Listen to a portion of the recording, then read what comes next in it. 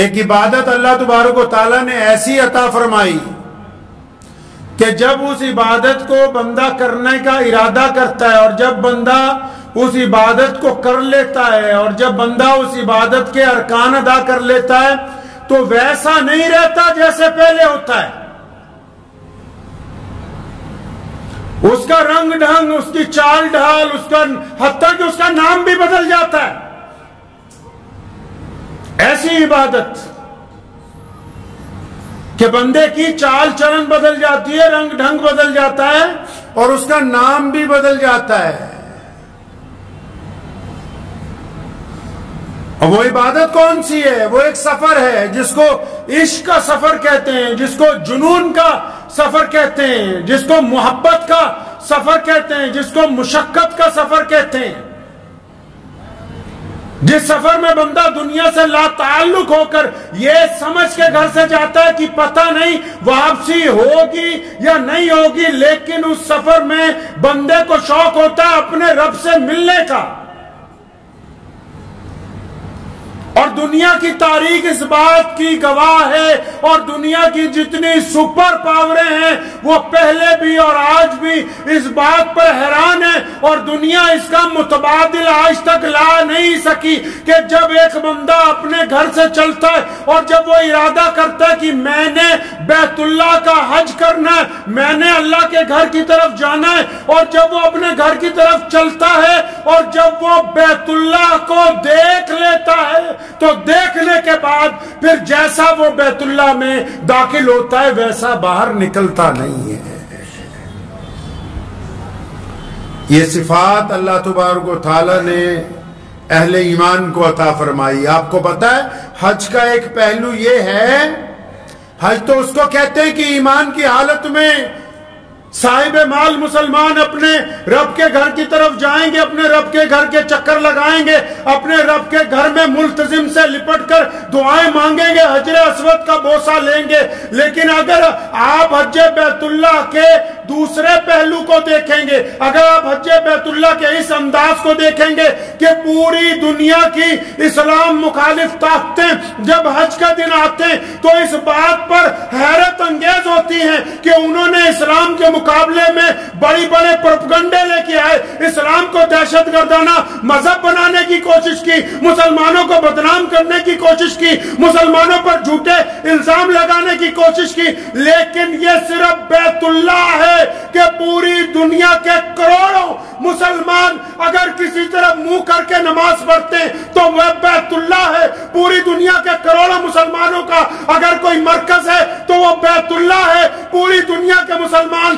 دیوانہ وار کس گھر کی طرف دوڑتے ہوئے چلے جاتے ہیں تو بیت اللہ ہے. دنیا کی کوئی طاقت بیت اللہ جیسا مرکز نہ اب تک لا سکی ہے نہ قیامت تک لا سکے گی انشاءاللہ. کوئی ہے ایسا مرکز؟ دنیا کا کفر حیران ہے کہ مسلمان چاہے شامی ہو، ترکی ہو، سانولا ہو، گورا ہو، کالا ہو، چینی ہو، ملایا ہو، افریقی ہو،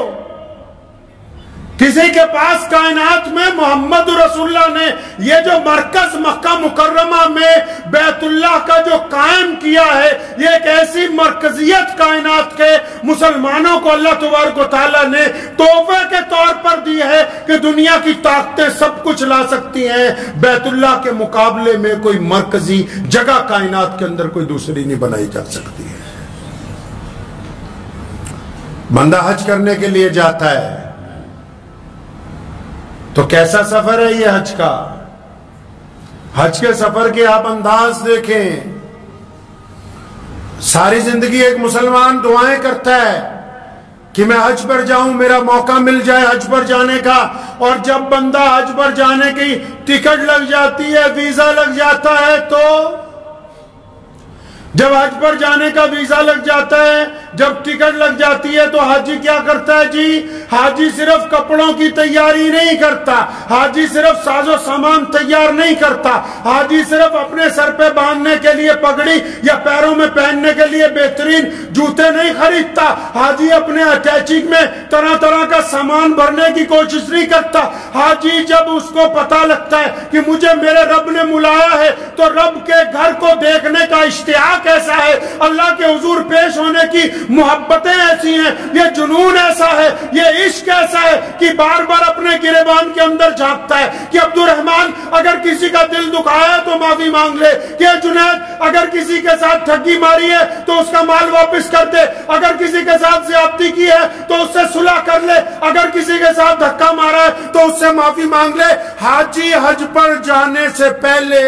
اپنے کپڑوں کو پاک کرنے سے پہلے اپنے تن کو صاف کرتا ہے۔ یہ صفت بھی اگر اللہ تبارک و تعالیٰ نے کسی عبادت کے اندر رکھی تو حج بیت اللہ کے اندر سب سے زیادہ رکھی ہے۔ یہ صفت بیت اللہ کے حج میں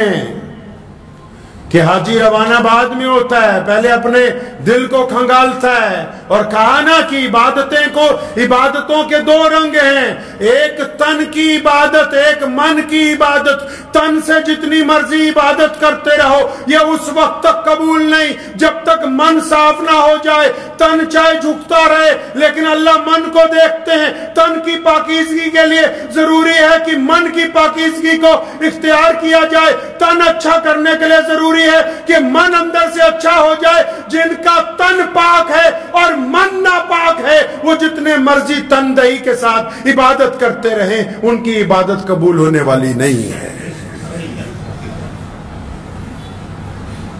عبادت تن کی ہوتی ہے اور اس کے لیے اللہ من کو دیکھتے ہیں۔ اب جو لوگ حج کرنے کے لیے گئے حاجیوں کو دو باتیں کہی جاتی ہیں۔ آج کل تو کیونکہ کچھ لوگ پروفیشنل ہو گئے، لیکن شروع سے ہمارے اکابرین، ہمارے بزرگ حاجیوں کو دو باتیں بڑی سمجھاتے آئے۔ تمام ارکان تو سمجھنے ضروری ہیں، تمام جگہ دعائیں مانگنے ضروری ہیں، تمام نمازوں کی ادائیگی ضروری ہے، لیکن جب حاجی گھر سے چلے تو پھر اپنا غصہ